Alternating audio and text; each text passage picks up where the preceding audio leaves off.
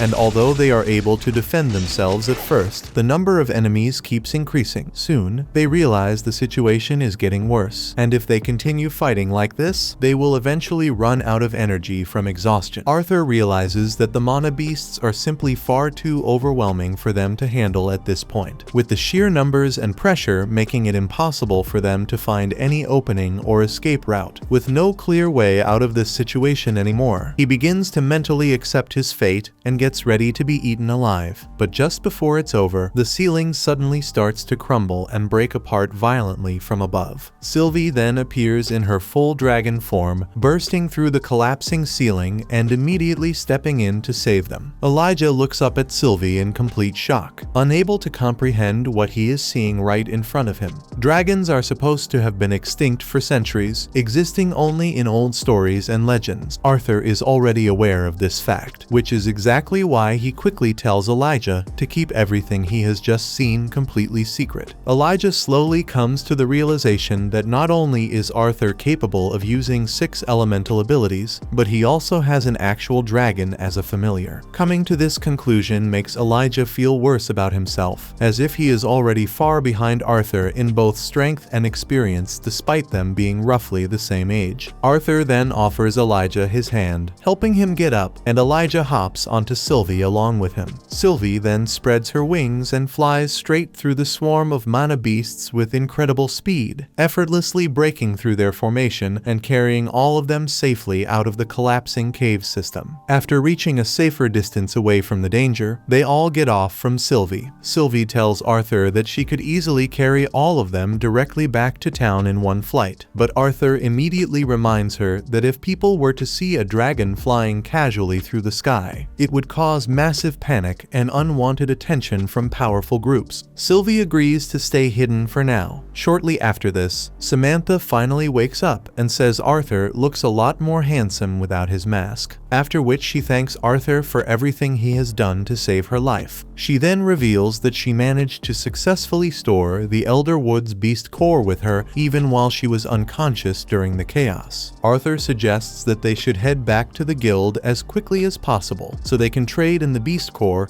and collect the reward that was promised. However, Samantha and everyone else immediately disagree and instead all come to the conclusion that Arthur should be the one to keep the reward, since in their eyes they only survived this mission because of him. Arthur initially refuses their offer at first, insisting that he understands exactly how valuable the reward is and does not want to take something so important from them. However, after seeing how serious they are about giving it to him without any hidden motive, he eventually gives in and agrees to accept it. Jasmine and Elijah then decide to head off together in order to find some drinkable water nearby for everyone. In the meantime, Arthur begins writing a magic letter to his parents, telling them that both he and Jasmine are safe and have survived everything that happened. After the letter is delivered and read by them, both of his parents feel an overwhelming sense of relief, knowing that he is alive and well. Meanwhile, back at the guild, the receptionist walks into Caspian's office to inform him that he currently has a visitor waiting to see him. After some time, Arthur and the rest of the group are now inside the guild clinic receiving treatment and recovery care, and it is clear that they are healing and stabilizing very well after everything they endured. But just then, Arthur suddenly senses someone approaching the room and quickly puts his mask back on just before Caspian walks in and asks him how he is recovering and whether he is in good condition. Arthur responds by saying that he and the others are fine and that they are ready to be discharged and leave the clinic whenever the guild allows them to. With that aside, Caspian then informs Arthur that the dungeon raid he and his comrades participated in was not officially authorized by the guild. On top of that, Lucas has filed a formal complaint against their group, accusing them of being responsible for everything that happened during the incident and the damage caused. Because of this situation, a guild council will now be held in order to decide how their case should be handled. A while after that encounter, Arthur is seen sitting quietly in the lobby, and that is when Lucas suddenly walks in. The moment Lucas notices Arthur sitting there alive, he becomes visibly surprised because he honestly did not expect Arthur to survive the dungeon at all. However, Lucas quickly hides his reaction and immediately pretends to be relieved and happy to see Arthur alive and well. Arthur is fully aware that Lucas is only putting on an act and pretending to care, so he does not bother saying much to him and simply walks past him before entering Caspian's office. Arthur then takes a seat inside the office, and Caspian asks him to give a detailed explanation of exactly what happened during the dungeon expedition and everything that led up to the disaster. Meanwhile, Jasmine suddenly wakes up from her coma and immediately jumps out of bed in panic while asking where Arthur is. However, Mary quickly stops her before she can run off. Mary assumes that Jasmine is worried Arthur might be blamed and held responsible for what happened inside the dungeon, so she reassures her by saying there is no need to rush because the guild is not currently holding them responsible for the incident. At the same time, while Arthur is giving his report inside the office, Caspian reveals that Lucas has already submitted his own testimony as well. Apparently, Lucas lied in his statement and claimed that after Arthur became the leader of the party, he abandoned the rest of his comrades by using them as decoys while trying to escape together with Jasmine. Caspian makes it clear that he understands this is only Lucas's version of the story, so he has no intention of making a final judgment yet. Because of that, he explains that he still plans to question Elijah as well so that he can hear the full story from another witness and properly understand what really happened inside the dungeon. At the same time, Elijah is shown outside training by himself. However, Lucas suddenly approaches him together with his lackeys and informs him that Caspian will most likely be calling him in soon for questioning regarding the dungeon incident. Since Elijah is one of the only surviving witnesses who is capable of giving a proper testimony about what really happened inside the dungeon, Lucas approaches him and pressures him into giving a false statement against Arthur during the inquiry. Lucas specifically tells Elijah to testify against Arthur and claim that Arthur recklessly placed the entire party in danger, abandoned his responsibilities as leader, and directly caused the deaths of Brauld and Reginald through his poor decisions. However, Elijah is far too loyal to Arthur to betray him in such a dishonest way, especially after everything Arthur did to protect everyone inside the dungeon. So Elijah immediately refuses to cooperate with Lucas's plan. Hearing Elijah reject him like that frustrates Lucas badly, so he immediately decides to move on to a second plan and attempts to eliminate Elijah before he can testify at all. Lucas's guards suddenly rush toward Elijah from multiple directions and begin attacking him aggressively without holding back. Although Elijah is able to defend himself against the guards for quite a while, the constant pressure from fighting several opponents at the same time slowly begins wearing him down. But right before the guards are able to land the finishing blow on him, their bodies suddenly become unbelievably heavy out of nowhere, making it almost impossible for them to even move their arms or legs properly. This strange phenomenon is revealed to be Arthur's doing as he suddenly appears nearby surrounded by an eerie and intimidating aura that immediately changes the atmosphere around everyone there. Arthur then calmly fires a warning shot directly toward Lucas. The attack only grazes Lucas's ear instead of seriously injuring him, but even that small graze is enough to leave Lucas trembling in fear after sensing Arthur's killing intent. After firing the warning shot, Arthur immediately lunges forward and prepares to strike Lucas with what appears to be a decisive attack. However, before Arthur can land the blow, Caspian suddenly arrives at the scene and loudly orders Arthur to stop immediately and allow the official inquiry to handle the situation properly instead of taking matters into his own hands. Once the situation calms down slightly, Caspian then turns toward Lucas and firmly tells him to head to the infirmary immediately and get his injuries treated. After Lucas and the guards leave, Caspian asks Elijah to leave for a moment and give him some privacy so he can speak with Arthur alone. Once Elijah leaves, Caspian warns Arthur that attacking Lucas so openly and aggressively was not a wise decision because actions like that will only bring more suspicion and unnecessary problems onto himself during the investigation. Arthur hears Caspian say this and immediately gives him an extremely intense death stare because he begins to suspect that Caspian might actually be siding with Lucas instead of remaining neutral. The pressure coming from Arthur's overwhelming aura shocks Caspian so much that he starts to get scared. Even so, Caspian takes a deep breath and carefully explains to Arthur that he is only trying to help him and protect him from making the situation even worse for himself, whether Arthur chooses to believe him or not. Arthur ultimately chooses to believe Caspian's words, and hearing that makes Caspian feel visibly relieved before he turns around and begins walking away. However, just before Caspian can leave completely, Arthur suddenly calls him back and says that that there is still something important he wants to ask him about. A few hours later, Arthur and Lucas are brought before the council in order to receive their official judgment regarding the dungeon incident. The chairman begins the hearing by explaining that because of the casualties caused by entering the dungeon without official guild permission, Lucas will have his rank adventurer title stripped away from him permanently. On top of that, Lucas is also informed that he is now banned from re-registering as an adventurer in the future. However, Lucas does not seem very bothered by this punishment at all because he already knows that he plans on attending Xyrus Academy anyway, so he does not really need to continue being an adventurer for the time being. Not only that, but Lucas is also confident that even if he ever wants his adventurer status back later on, his father has enough influence and authority to simply have the ban removed for him. The chairman then orders Lucas to hand over his guild card, and Lucas complies and turns it. Arthur quietly watches the entire situation unfold and quickly realizes that the punishment being given to Lucas is all just for show. After dealing with Lucas, the chairman then prepares to announce Arthur's punishment as well. But before reading it out, the chairman takes a long look at Arthur and admits that he still cannot believe that this young man is the same person who managed to defeat an S-rank mana beast completely by himself. After that, the chairman officially announces that Arthur's punishment will be that he must stay away from Lucas while attending Xyrus Academy. Arthur immediately finds this decision ridiculous, but the chairman quickly tells him there is no point arguing because the decision has already been finalized by the council. The chairman further explains that as long as Arthur stays away from Lucas and the rest of the Wykes family, though he will still be allowed to continue living and working as an adventurer like normal. But when the chairman reveals that this is the full extent of Arthur's punishment, Lucas suddenly becomes shocked because he fully expected the council to publicly expose Arthur's true identity during the hearing. The board then clarifies that they do plan on revealing Arthur's true identity for official guild records, but the information will remain confidential and will not be released publicly. Lucas still attempts to argue against the decision, but the chairman immediately bangs his gavel loudly, making it clear that the council's final decision will not be changed. At that moment, Lucas's guards suddenly arrive and inform him that his father is calling for him immediately, so Lucas angrily storms out of the room while clearly frustrated with the outcome. Arthur also prepares to leave after the hearing ends, but right before he exits, the chairman suddenly calls out to him and says that he would like to see him privately in the back room. Once Arthur arrives there, it is revealed that he and the chairman had actually made a secret deal beforehand, meaning everything that happened during the hearing was carefully planned in advance. The chairman points out that Lucas reacted almost exactly the way they expected him to during the entire proceeding. He then explains that the only reason he agreed to help Arthur in the first place is because he assumes there may come a day in the future when he will need a favor from Arthur in return. Arthur has no issue with this arrangement at all and calmly agrees to it. Afterward, the chairman opens up a hidden secret door and Arthur walks through it before eventually arriving in a forest clearing, only for Sylvie to crush his spine with an overly excited hug. Arthur then looks ahead and sees Elijah and Jasmine standing nearby smiling warmly at him. After reuniting, the group finally begins heading back home together, and during the journey, Elijah points out that they will all probably end up going their separate ways from now on. Hearing that makes Arthur remember that Elijah is not actually from Sapin like the rest of them are. Because of this, Arthur suggests that Elijah should come study with them at Xyrus Academy instead. However, Elijah points out that even if he manages to pass the academy entrance exam, he still lacks the money and important connections needed to actually attend the school. Arthur simply throws an arm around Elijah's shoulder and confidently tells him not to worry because he personally plans on handling all of that himself. But after that, Arthur asks Jasmine to escort Elijah home because there is still something important he personally needs to take care of first. Jasmine agrees, and the two of them quickly head off together, while Arthur stays behind alone. Shortly after they leave, Caspian suddenly steps out from behind a nearby tree and tells Arthur that he made a wise decision by sending Elijah and Jasmine away before this conversation. Arthur then thanks Caspian for agreeing to cooperate with the plan they discussed earlier. Back to the moment where Arthur and Caspian originally made that plan together. Arthur explains to Caspian that Lucas will most likely do everything in his power to expose Arthur's true identity. Because of that, Arthur offers Caspian a deal. He He tells him that if the guild is willing to help prevent Lucas from revealing his identity, then in return, Arthur is willing to pledge his loyalty to the guild as he continues growing stronger in the future. The offer is far too valuable for Caspian to refuse, so the two of them eventually agree to the arrangement together. Before leaving, Caspian tosses Arthur a bag filled with gold coins while casually telling him to consider it a little parting gift. Afterward, Arthur heads into town and removes his mask. He then makes his way toward the nearest artifact store because he wants to purchase a dimensional ring for himself. At first, the owner inside the shop takes one look at Arthur and assumes he is far too broke to afford something as expensive as a dimensional ring. However, the owner immediately changes his attitude after Arthur opens up the large sack full of money. Sometime later, Arthur walks out of the store after successfully purchasing the dimensional ring. Even so, he cannot help but feel slightly upset because the ring ended up costing him almost all of the money he just received. Later that night, Arthur finally returns home to the family mansion. The moment Eleanor opens the front door and sees him standing there safely, she immediately jumps into his arms while telling him how much she missed him. Arthur then walks inside the mansion and reunites with his parents, who are also extremely relieved to see that he returned home safely. The entire family then shares an emotional group hug during their reunion. However, Vincent and Tabitha suddenly interrupt the touching moment by joining the conversation. After sitting down and talking together for a while, Arthur learns that Jasmine has already gone to reunite with the Twin Horns, while Lilia has already started attending Xyrus Academy. Hearing that information completely shocks Arthur because he did not expect things to progress so quickly while he was away. A little later, Tabitha mentions that she heard rumors saying Arthur managed to defeat the Elderwood Guardian Beast completely on his own. Hearing that causes everyone there to realize just how much stronger Arthur has become since the last time they saw him. That conversation then reminds Arthur about his father's own training progress, so he asks Reynolds what stage he has currently reached. Reynolds explains that ever since Arthur left, he has remained stuck at the deep orange stage and has been unable to break through to the next level, no matter how much he trains. After hearing that, Arthur takes out the Elderwood Guardian's mana core and hands it over to Reynolds while telling him to use it because it should definitely help him finally break past the deep orange stage. However, Reynolds immediately refuses to accept it because he knows Arthur risked his own life in order to obtain something that valuable. Arthur then reminds his father that it would honestly be pretty embarrassing if his own son started outperforming him already, especially since Arthur himself has now reached the light orange stage. Hearing that revelation completely shocks everyone in the room. After realizing how much Arthur has grown, Reynolds finally agrees to accept and use the mana core. Even so, he warns Arthur not to sulk or complain the next time they end up training together. After that, everyone heads upstairs so Alice can use her healing magic on Arthur. It doesn't take long before all of his injuries are completely healed. Once Arthur is taken care of, Elijah is next, and he's quickly healed as well. Seeing Arthur together with his family makes Elijah finally understand why Arthur is so strong. He grew up with incredibly powerful parents guiding him. His mother is a skilled emitter, while his father was once the leader of the Twin Horns. Elijah admits that he's honestly a little jealous. If only his family was as cool as Arthur's. About an hour later, everyone gathers outside because it's finally time for Arthur and Elijah to return to town. With that in mind, the two boys turn around and start walking away. As they leave, it's obvious that Eleanor is really going to miss Arthur. Once they arrive back in town, Elijah reminds Arthur that their goal for the day is to buy all the important supplies they'll need for the academy while also staying within their budget. Arthur says he understands, but immediately after that, he hands Elijah a bag filled with items from the market. Elijah accepts the bag, but he starts feeling like Arthur is being far too kind to him. Arthur simply replies that it's only natural because Elijah helped save his life back in the dungeon. However, Elijah quickly reminds Arthur that Arthur was actually the one who saved all of their lives first. After hearing that, Arthur asks Elijah to work for him for the rest of his life. Of course, he's only joking, so he immediately runs away laughing while Elijah chases after him. Meanwhile, Jasmine has fully recovered from her injuries, and she quickly proves it by effortlessly slicing an apple that Helen throws toward her. Jasmine thanks her friend for waiting until she recovered before continuing their journey. However, Helen explains that their next mission is looking especially dangerous, so it would have been smarter to bring Jasmine along anyway. Even so, Helen can tell from her expression that she's feeling nervous and uneasy about the trip ahead. Jasmine then asks if they can delay leaving for a little while because there's something important she wants to do first. She lightly flicks Jasmine on the forehead and tells her it's completely fine because she already knows exactly what she's thinking about. Meanwhile, back in town, Arthur and Elijah continue shopping for academy supplies. For some reason, Elijah ends up carrying all of the heavy boxes by himself while Arthur walks beside him. Feeling a little bad for him, Arthur decides to give Elijah a break and suggests that they stop somewhere to grab a drink. After they finish drinking, Elijah tells Arthur that it's finally his turn to carry the boxes. However, Arthur simply asks him why he hasn't been using his dimension ring this entire time. The moment Elijah hears that, he suddenly realizes just how stupid he has been for carrying everything manually. Meanwhile, back at the guild headquarters, Lucas barges into Caspian's office and demands to know Arthur's true identity. Caspian reminds Lucas that the new Three Kingdom Alliance has officially made the Adventurers Guild an international organization. Because of that, the guild has been forced to tighten its rules and security policies. He then turns directly toward Lucas and bluntly tells him that being part of the Wykes family doesn't mean jack anymore. On top of that, Lucas is no longer even an adventurer. As far as Caspian is concerned, Lucas is now just an ordinary civilian, which means he has absolutely no right to demand information about another adventurer's identity. Furious after being humiliated like that, Lucas storms out of the office with his lackeys following behind him. His lackeys try to calm him down, but Lucas angrily tells them to shut up because they're leaving and heading home immediately. Meanwhile, the mysterious hooded man infiltrates the guild's record facility and secretly searches through the files. Unfortunately for him, he doesn't seem to find any especially useful information at first. However, while looking through the records, he suddenly comes across Jasmine's file and immediately recognizes her as a member of the Twin Horns party. Back at the mansion, Arthur sits alone on his bed with a strange box placed in front of him. A moment later, Sylvie suddenly pops out and excitedly says she smells something delicious. Arthur then opens the box and reveals the monocore from the Elderwood monster. The instant Sylvie sees it, she immediately tries to eat it, but Arthur quickly stops her before she can. Sylvie complains and begs Arthur to let her have it already, but Arthur refuses because he still wants to properly study the monocore first. Right then, Elena knocks on Arthur's door and tells him that Reynolds is calling for him. Arthur leaves his room and heads outside to meet them. When Arthur arrives, he finds Reynolds standing together with Jasmine. Jasmine explains that her party has accepted a mission in a faraway region, which means she probably won't be seeing Arthur again for a very long time. Arthur is shocked to hear that, but deep down he realizes this moment was bound to happen eventually. For old time's sake, Jasmine asks Arthur for one final sparring match before she leaves. Not long afterward, they both arrive at the training grounds, and everyone gathers around to watch the fight. Elijah is confused about why they're suddenly battling each other, but he soon learns that sparring before parting ways is considered a common tradition among adventurers. Before the fight begins, Jasmine warns Arthur that she plans to go all out and won't hold anything back. Arthur says he understands and tells her that he won't hold back either. The battle finally begins, and for a brief moment, the two appear perfectly evenly matched as their swords repeatedly clash against each other. However, Jasmine suddenly lands a powerful kick directly into Arthur's face, knocking him off balance. At that moment, Arthur realizes that his 2 years of experience as an adventurer have greatly sharpened his swordsmanship. Even though he still isn't as skilled as he was in his previous life, he knows he has improved tremendously, and now he intends to prove it. The two of them clash once again, with Jasmine taking the offensive this time. She attacks relentlessly, but Arthur manages to dodge and block most of her strikes. The other adventurers carefully watch the battle and quickly realize that Arthur is making a dangerous mistake by staying too close to Jasmine. Close-range combat is exactly where she performs best. As they continue watching, the spectators can tell both fighters are being extremely aggressive and fighting seriously. However, Reynolds disagrees with them and says they're actually still only getting started. After fighting for a while longer, Arthur finally manages to create some distance by kicking Jasmine backward. At that point, Arthur realizes there's no way he can defeat Jasmine using swordsmanship alone. Because of that, he activates his flame magic. Jasmine has no no issue with him using magic during the duel and confidently tells him to bring it on. Arthur immediately attacks with a flaming blade, and everyone is shocked by how much stronger he has become. One of Arthur's flames almost reaches the audience, but Durden quickly creates a barrier and protects everyone just in time. As the battle continues, Arthur realizes that Jasmine has an incredible defensive technique. She increases her mana output at the exact moment she blocks an attack, greatly strengthening her defense. Arthur knows he still can't perform that kind of technique himself, so the only option left is to somehow break through her guard. Arthur then unleashes the full power of his flame blades. Everyone watching is stunned that an 11-year-old kid can control such a massive amount of fire. Arthur sends the flames rushing toward Jasmine, but to everyone's surprise, she easily disperses the attack with an equally powerful force of her own. Everyone is amazed that Jasmine managed to counter that much power so effortlessly. But after thinking about it, they realize it actually makes sense because Jasmine belongs to the Flamesworth family, the clan known for possessing the strongest fire magic in the entire kingdom of Sapin. Even though Jasmine was born with a wind affinity instead of fire, she has plenty of experience dealing with fire-based opponents. Back on the battlefield, Jasmine suggests they take the fight to the next level. In response, Arthur activates his lightning sword technique and repeatedly attacks her with incredible speed. However, Jasmine easily blocks his attacks and counters without much trouble. She then sweeps Arthur onto the ground and nearly slices his head off, but he barely manages to dodge at the last possible second. As Arthur recovers, he starts thinking carefully about what move he should use next. For a moment, he considers using his secret ice technique, but he quickly decides that would be going too far for a friendly duel. Instead, Arthur decides the fight will be won through strategy rather than raw power. He rushes toward Jasmine and throws a pouch of powder as a distraction. Immediately after that, he throws several more pouches filled with oil and ignites them with fire magic, catching Jasmine completely off guard. Arthur then throws a rope dagger around Jasmine's leg and yanks her down toward the ground. However, before falling completely, Jasmine throws out a special powder that creates a temporary smoke screen, giving her enough time to recover and regain her footing. At that point, Arthur decides to finish the duel once and for all. He charges directly toward Jasmine, throws his dagger downward, and imbues it with flames. The sudden burst of fire briefly overwhelms Jasmine, and before she can react, Arthur places his dagger against her throat, officially winning the duel. With the battle finally over, Jasmine smiles proudly after seeing how much stronger Arthur has become. She now feels confident that he'll be able to take care of himself while she's away. The next day, before Jasmine leaves, Arthur gives her his dimension ring as a farewell gift. Jasmine is deeply touched by the gesture and gratefully accepts it. After that, the two share a heartfelt hug before saying goodbye to each other. However, Arthur's expression suddenly changes. He quietly begins wondering if things could have turned out differently. Maybe if he had tried harder to tolerate or forgive Lucas, the three of them might have been able to attend the academy together as friends. Arthur then turns to Elijah and asks if he thinks they and Lucas could ever become close like the Twin Horns party someday. Sadly, Elijah replies that it's probably already too late for that now. Later, Elijah is seen taking a bath when Arthur suddenly barges in and announces he brought pajamas for him. Elijah goes red with embarrassment the moment he realizes Arthur just walked in on him, but Arthur tells him to relax because the steam is too thick to see anything anyway. When Elijah comes out, he notices Arthur had been gone for quite a while and asks where he disappeared to. Arthur explains he needed to sort out a few things with Vincent. On top of that, he also shares the news that Vincent agreed to cover his tuition for the Magical Academy. That night, the two of them lie in bed going back and forth about what kind of magic they'll get to learn once they arrive. Arthur figures they already know more than the average first-year student coming in, but Elijah is still buzzing with excitement because he knows being at the academy is going to help him get a real grip on his magic. That topic hits close to home for Arthur too, because he genuinely wishes he could get better control over his lightning and ice abilities. Lightning is a nightmare to work with since it burns through mana at a brutal pace and is already difficult to manage on its own, and ice gets even worse when he starts tapping into his beast will. Both powers together make for a frustrating combination. Elijah shifts the conversation and asks if Arthur is planning to get back at Lucas at some point. Arthur says he'd love nothing more, but he knows he's nowhere near ready to handle the fallout that would come from going after someone from that family, so for now his only focus is getting stronger. What catches Arthur completely off guard though is when Elijah starts stacking pillows in a wall down the middle of the bed. Elijah says it's just a little strange for two guys to be sharing a bed, so a pillow barrier is the next best solution. Arthur stares at it but says nothing. Elijah then starts daydreaming about whether he might actually find a girlfriend at the academy. Arthur tells him honestly that he thinks he has a shot.